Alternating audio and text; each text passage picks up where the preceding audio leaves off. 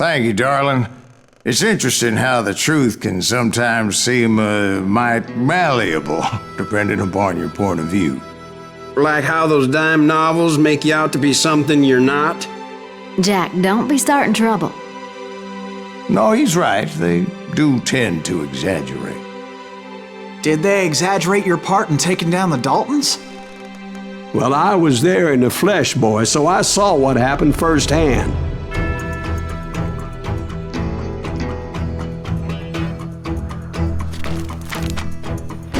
Those Daltons were lawmen once, before they all went bad, robbing banks and trains clear across the territory. Until Coffeeville, of course. I was one of the citizens who took up arms that day. Fighting on the side of right? I did my best, sir. We all did.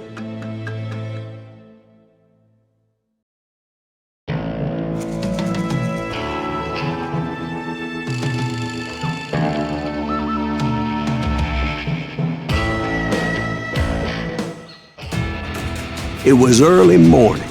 One of my friends was a local gunsmith, and he handed out firearms to anybody who'd take one.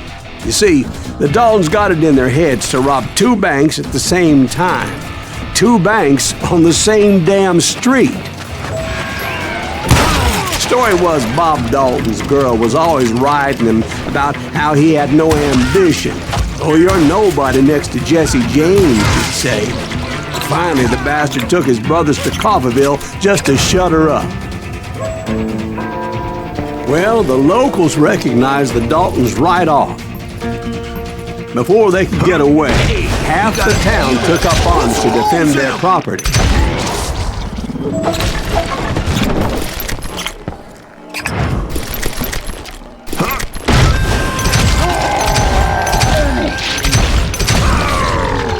The brothers paid dearly for their stupidity, but everybody knows they had it coming. There's more to it than that.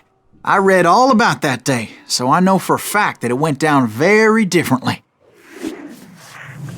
First of all, it was high noon. A posse of U.S. deputy marshals were on the rooftop across the street. Get ready, boy. I'm gonna make a move. The lawmen had been tracking the Daltons for months, and now they finally had them dead to rights. Among them was a bounty hunter feared by many a lawbreaker. The marshals tried to get the Daltons to surrender. This bounty hunter knew that the brothers were far too proud to ever lay down their guns. I ain't backing down. So he went in there alone to confront those criminals. One of the marshals shouted, "Where are you going? Are you crazy?" Hey, that rifle's mine. He saw a way to get around to the back of the bank. Then he figured out how to hit the Daltons from a direction they weren't expecting.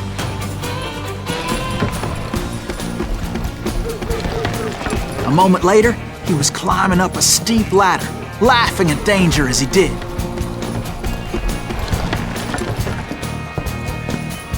It was brave men like him who risked their lives to tame this wild country.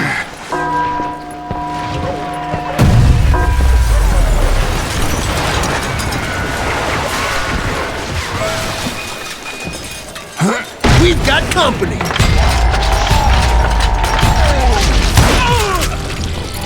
Heroic men like him, who did what other men couldn't or wouldn't to make this country free.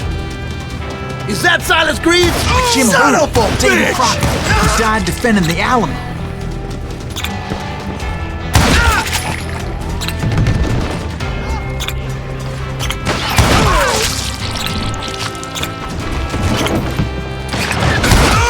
God damn you! You're a goner!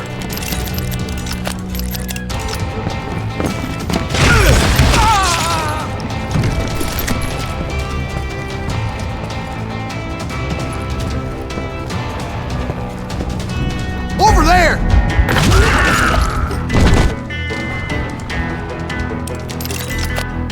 That's Silas Greaves!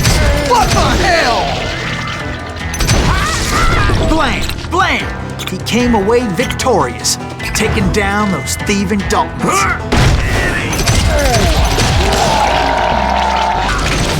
His name was Silas Greaves, and when the dust finally settled, he was the last man standing.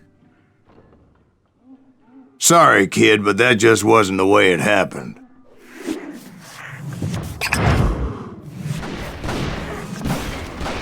It was early evening, not high noon.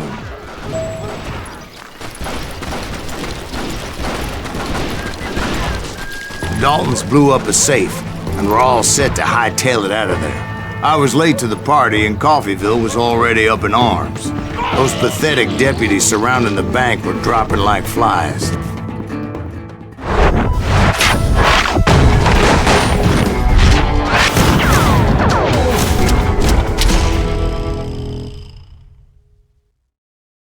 I had been tracking those jokers for months, waiting for them to do something reckless.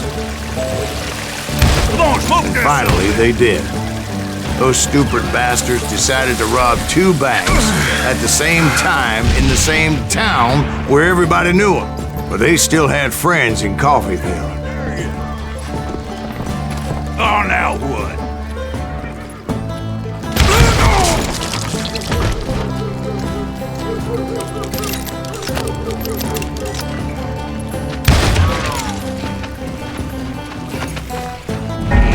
Got us a hero.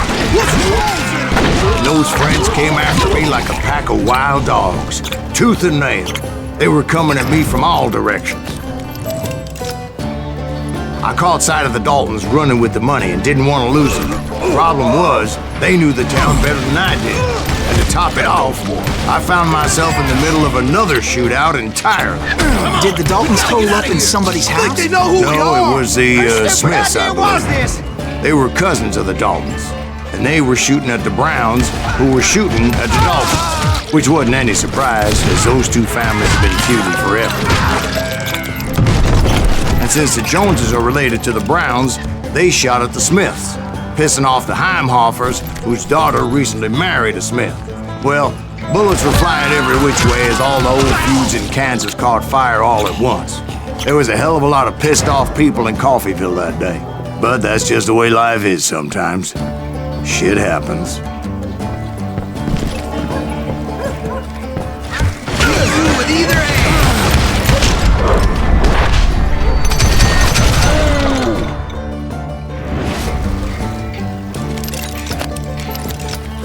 The Dalton boys knew I would never give up. Those Daltons weren't the sharpest knives in the drawer, but they always stood together. They set a trap to slow me down and allow at least 2 of them to escape. The 3rd brother stayed behind to plant me, just in case that trap of theirs didn't work.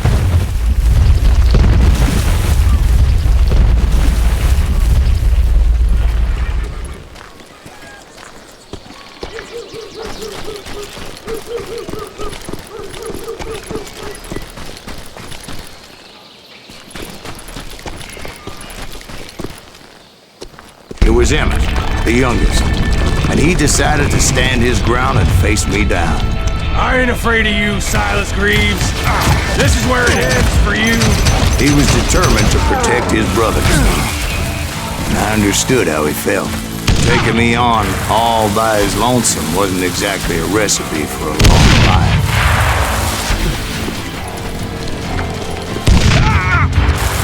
Is that all you got? Coward and a cheater. You are dead, dog. But Emmett Dalton survived the robbery in Coffeyville. He's the only Dalton who did. They say he was shot 23 times. Well, Dwight, who do you think put all those damn holes in him?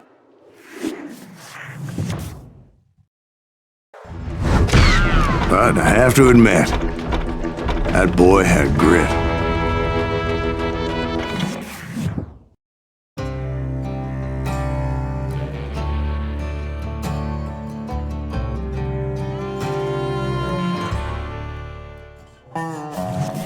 We'll get those suckers. It took me a couple of days to track the Daltons down. They can't get away with this! And in that time, a whole posse of local vigilantes offered to lend a hand. We'll track him to the ends of the earth. They seemed as determined as me to find those outlaws. But as we headed into those swamps, it was like I had my own private army. There was no way those boys were getting away this time.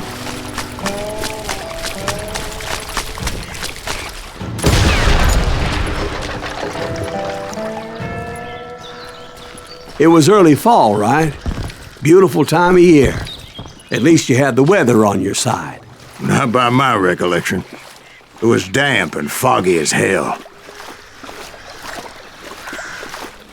It was tough to stay on a true course, so we kept an eye out for landmarks.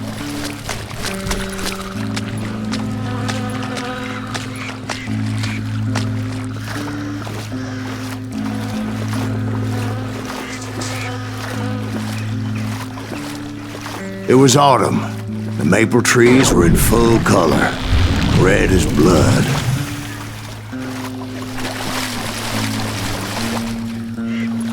The rains that year were torrential, so the whole area was flooded. The vigilantes had spread out wide, and pretty soon I couldn't see anybody. Bury them in the swamp! Plant them where they stand! Except for some bitches ahead of me wanting to do me harm. So I had to face them alone. I wondered why my compatriots didn't come running when they heard the shots. That's right! Run!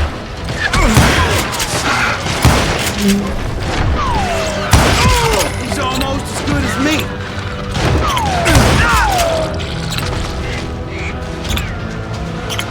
I can shoot you with either hand.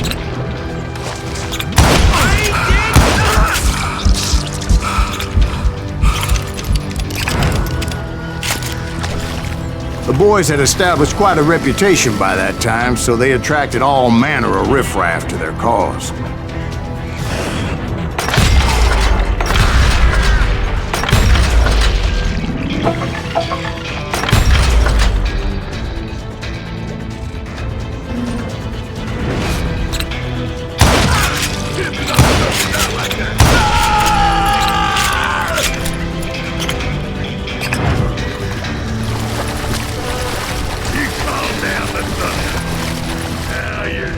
Point being, I was under serious attack.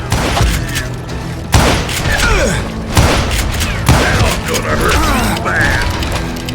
You just brought hell. Hold your damn head on.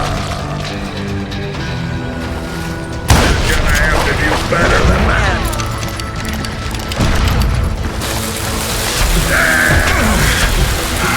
But my reinforcements was nowhere to be seen.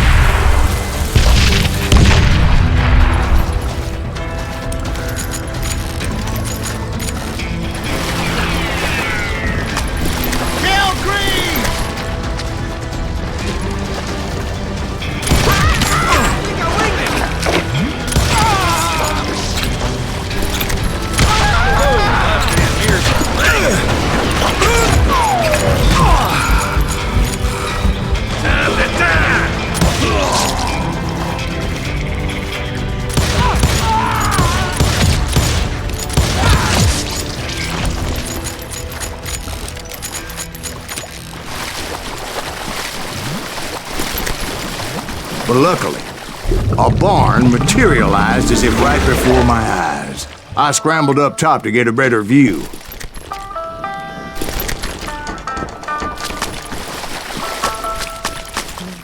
But just ended up falling inside. So, how did you get out? The barn doors was open. About right then, I saw some suspicious characters running for the bushes. Of course, I followed them. But that goddamn swamp was like a goddamn maze, and pretty soon I had no goddamn idea where I was. Steve? So I just started walking, and pretty soon... Oh.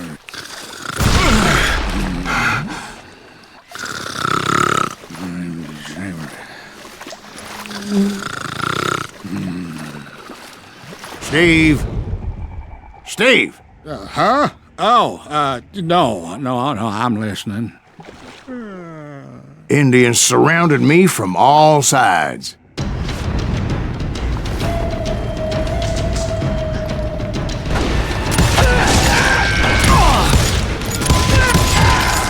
Indians? They were Indians.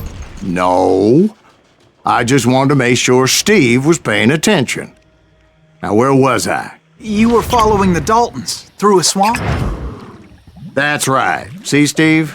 Dwight's paying attention. No, I'm listening. I was just resting my eyes. So, where was I? The Daltons. Right. See, there's a reason so many outlaw gangs are made up of brothers. Being a brother is a very sacred thing. It's a bond like no other.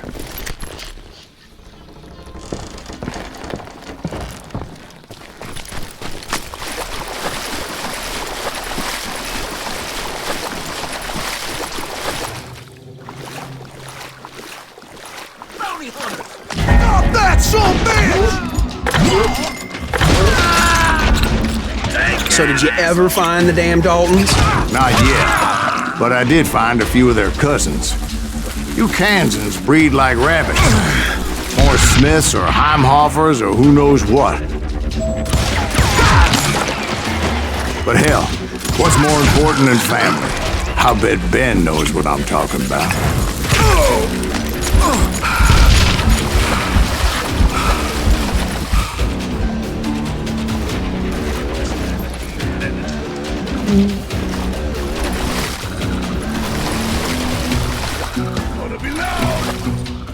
Shoot that asshole! You son of a bitch!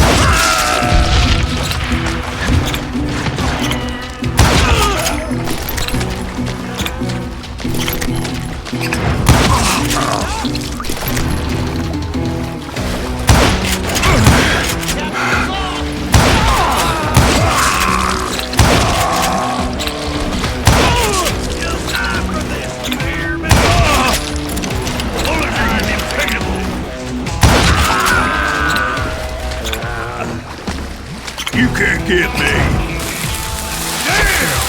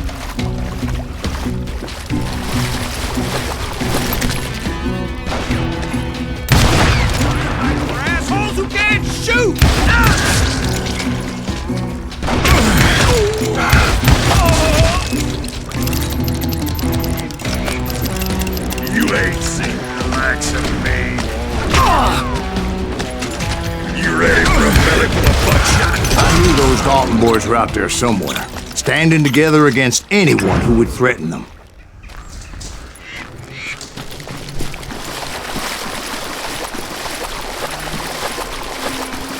And that's when I saw it. A goddamn steamboat. A steamboat in a swamp?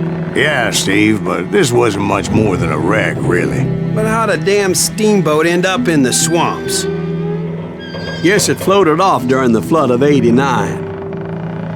Now, was it a stern wheeler or a side wheeler?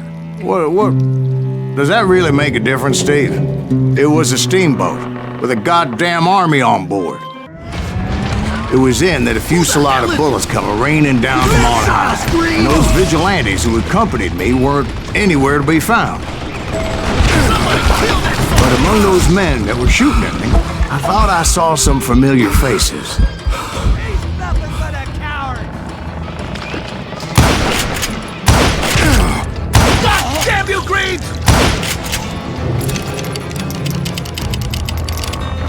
Can't hide from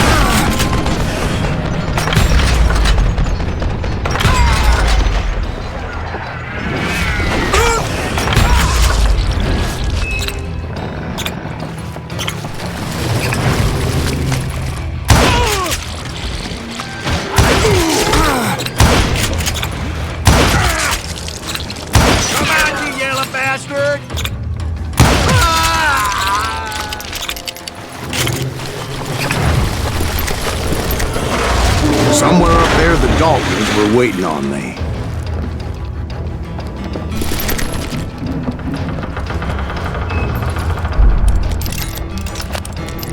You better hide!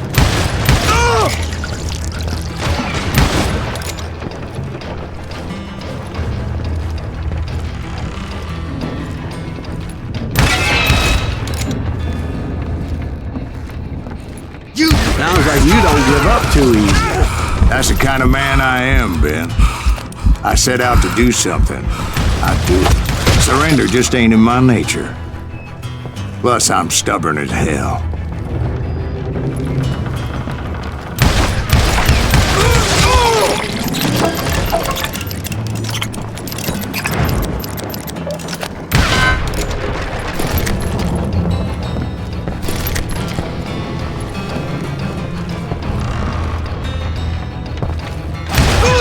That asshole just killed Red?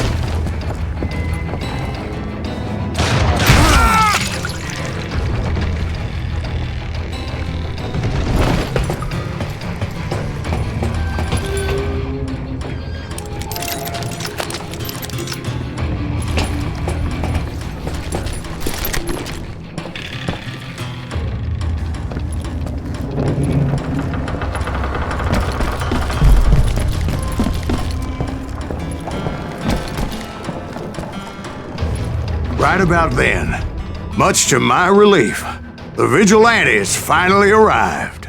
Their leader motioned at a cabin in the middle of the top deck, pointing me directly at the Daltons. I finally had them, after months of dogged pursuit. But it turned out that they had me. Take him out! I'm sending you to hell!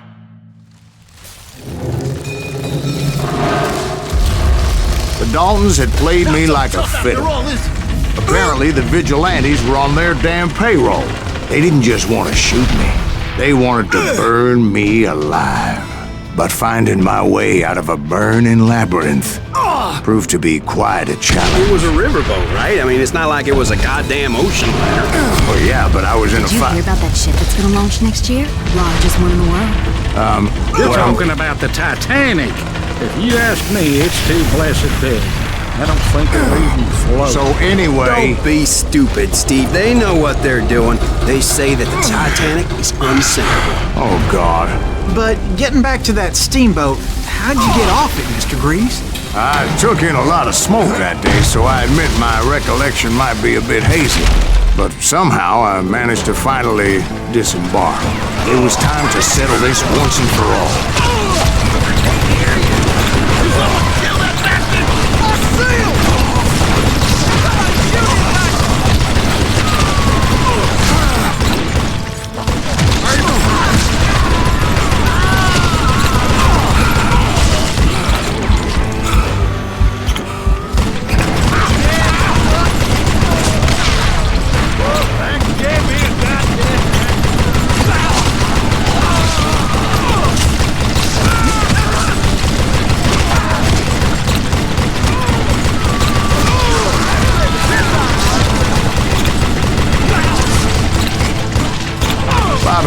Weren't about to come at me one at a time.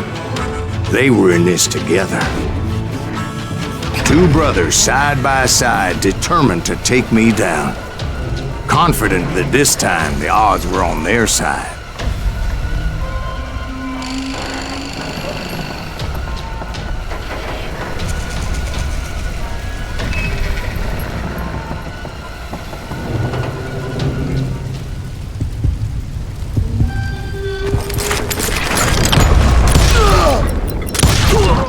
They got it wrong. A sad end for those two. If they'd only known that Emmett was still alive despite his wounds. Paroled 14 years later, he moved to California and sold real estate and lived off the legend of that fateful day. And the tragic death of his two brothers.